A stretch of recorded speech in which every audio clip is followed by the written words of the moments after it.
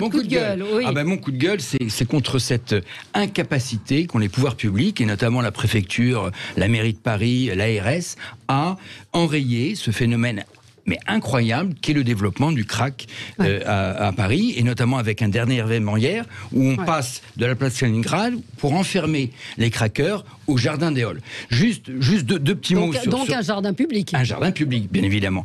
Juste deux mots sur le crack. Le crack, c'est un dérivé de la cocaïne, il faut que tout le monde le sache, les auditeurs le connaissent peut-être pas, c'est des petits cailloux qui sont vendus, et alors il y a deux caractéristiques, alors ça se fume ou ça s'injecte, il y a deux caractéristiques, c'est une drogue qui est extrêmement pas chère, puisque le gramme c'est 50 €, mais on peut trouver des petites doses à 10, 20 €, et deuxièmement, c'est une drogue extrêmement addictive, à tel point que souvent les dealers la proposent gratuitement à des jeunes consommateurs les premières et deuxièmes fois. Ils savent pertinemment qu'ensuite, la troisième fois, ils vont venir en acheter, mais dans l'heure qui suit ou dans les heures qui suivent. Donc c'est un véritable problème qui est apparu dans les années 80, qui était contenu dans des squats, et qui a pris de l'ampleur, et qui après s'est retrouvé sur la fameuse colline du crack, qui était un terrain vague, coincé entre deux bretelles du périphérique, qui est un endroit immense. Je me suis rendu moi plusieurs fois. On y dormait, on y vend, enfin c'était un vrai trafic, c'est une ville dans la ville.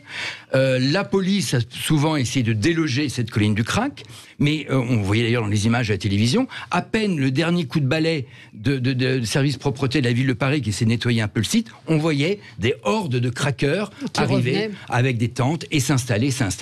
Bon. Et en 2019, la police a décidé définitivement de fermer ce site. Ils l'ont fermé, mais sans solution, puisque les craqueurs se sont éparpillés dans 3 arrondissements de l'Est parisien, le 10e, le 18e et le 19e. Aujourd'hui, les associations estiment qu'il y a 5000 craqueurs dans ces arrondissements, qui sont aujourd'hui dans les rues, qui se piquent, qui fument, qui achètent leur dose. Moi, j'ai habité 20 ans dans le 19e, et ce week-end, je revenais, j'étais saluer mon frère, je suis revenu en vélo, et j'avais jamais vu ça. Place du colonel Fabien, des hommes qui, aux yeux de tout le monde, aux yeux des enfants, étaient en train, naturellement, en pleine journée, de se piquer. Voilà. Et alors, troisième événement, donc tout était centralisé autour de Stalingrad, qui était le lieu de deal, puisque Stalingrad a toujours été connu comme un lieu où on achetait du shit, de la cocaïne, et là on vendait bien évidemment du crack, et donc les consommateurs viennent acheter leur dose à Stalingrad, s'injectent cette dose dans les 100, 200, 300 mètres autour de là, et ça devenait insupportable. Les habitants, on l'a vu, ont manifesté. Avec des casseroles, etc. Et réponse hier, alors là c'est mon coup de gueule, réponse hier du ministère, écoutez, on va fermer Stalingrad, et on va les mettre à 100 mètres plus loin, dans le jardin des Halles, mais encore une fois, sans solution. Enfin, c'est aberrant qu'aujourd'hui, les pouvoirs publics ne soient pas capables de résoudre ce problème. Là, vous citez Paris, je pense que ça doit être le cas dans certaines autres grandes villes. Ça commence comme à Marseille, et ça va. C'est une drogue, mais c'est terrible, cette drogue. Il faut en prendre conscience. On a vu, ça a un effet immédiat et extrêmement violent. Extrêmement violent et très court. Et qui rend violent. Et qui rend violent. Oui. Voilà. Alors, Michel Taube, vous vouliez réagir? Oui, pour dire qu'en fait, j'ai des proches qui habitent tout près de Stalingrad. Et comme on va parler aujourd'hui de Mortier, il y a des riverains qui sont tellement exaspérés par la situation qui se passe autour de la place Stalingrad qu'il y a eu il y a quelques jours un tir de mortier pour faire fuir, entre guillemets, ces trafiquants de drogue, et il semblerait que les mortiers soient partis de riverains dans un immeuble d'habitation qui, étant complètement désespérés et face à l'absence de la police, font un peu fait la police eux-mêmes.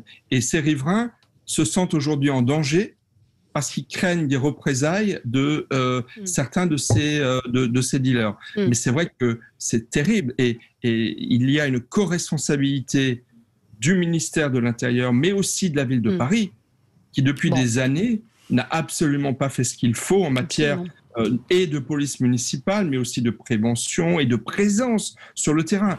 Donc c'est véritablement scandaleux, et il faut le dénoncer. La mairie de Paris a lancé en 2019 un plan anti-crack de 9 millions d'euros sur 3 ans, mais qui était uniquement destiné en fait à évidemment soutenir les associations, parce qu'elles font un véritable travail, il faut le reconnaître, sur place, pour les associations, et trouver des places d'hébergement. Je crois que 150 places d'hébergement d'urgence ont été trouvées, mais aujourd'hui la réponse elle n'est pas là. Enfin, Alors Éric Vérac, vous habitez pas très loin non plus? Moi, je suis à Belleville, c'est le même arrondissement, qui est touché, mais en réalité, c'est pas le même quartier complètement, et qui présente des problématiques différentes, puisque nous n'avons pas de crackers, mais vous savez, c'est le secret à Paris. Mais je trouve bien, si vous voulez, qu'il y ait de longues explications pour les auditeurs qui ne connaissent pas bien Paris et qui ne mesurent pas l'effet taille de la ville. C'est vrai qu'à Paris, vous avez des quartiers qui, à 100 mètres de distance, ne vivent pas du tout la même réalité quotidienne. Absolument. Mais c'est bien qu'on explique ce qui se passe en effet dans des quartiers comme Stalingrad, comme la colline du Crac, qui présentent un caractère massif, industriel en quelque sorte, qu'il est difficile d'imaginer, même quand on habite des villes sinistrées comme Avignon, certains quartiers de Montpellier, certaines zones en région. La densité et l'intensité des problèmes parisiens, elle est hors norme. Même à Marseille, je pense qu'il y a des difficultés qui sont moindres. Et on est un peu confronté à un problème massif qui n'est pas nouveau, qui est qu'est-ce qu'on fait de ces 5000 personnes, probablement plus à mon avis, qui sont dépendantes, qui sont en état d'addiction et qui sont dans une telle addiction qu'elles ne peuvent pas travailler. Ce sont des gens qui sont tellement esclaves de la drogue qu'ils ne peuvent pas avoir de vie professionnelle. C'est un sujet... Et c'est un sujet, vous évoquez la mairie de Paris, mais c'est un sujet national, c'est un sujet politique. C'est un vrai aussi, sujet politique. Judith. Non, ça c'est une partie du sujet. L'autre partie, mais je ne veux pas anticiper sur ce qui va nous occuper dans l'essentiel de l'émission, c'est évidemment la réponse pénale. Le fait que des gens très jeunes, des mineurs, soient utilisés pour le deal parce que les chefs dealers savent très bien que en deçà d'un certain âge, on ne risque rien. Tant que ça durera, il n'y a aucune raison que ça s'arrête. Il y a quand même, puisque je vois qu'on embraye sur les débats, j'en profite pour dire, on le retirera tout à l'heure, j'en profite pour dire qu'il y a quand même un problème de stratégie policière. Parce que la police nationale à Paris, elle sert d'abord à protéger les lieux de pouvoir, ensuite elle intervient lorsqu'il y a des atteintes aux personnes graves, et elle n'a pas de stratégie de prévention. Donc, pour qu'un policier se déplace dans le 19e arrondissement, par exemple, il faut qu'il y ait mort d'homme. Tant qu'il n'y a pas eu de violence terrible, les policiers n'interviennent pas. C'est un sujet. Mais on va revenir. Oui. En même temps, la solution, elle est presque simple. C'est d'abord, il faut assécher le réseau des dealers, et donc tolérance zéro sur les dealers. Il suffirait que pendant un week-end ou une semaine, il y ait des policiers partout dans ces 3 arrondissements, à tous les carrefours, qu'on arrête tous les dealers, comparution immédiate, prison. Alors après, on n'a pas, c'est pas dans les prisons. Prison ou centre éducatif fermé. Ou centre pour les mineurs. Je suis pas. Judith, entièrement d'accord. Je suis pas pour un régime qui renferme.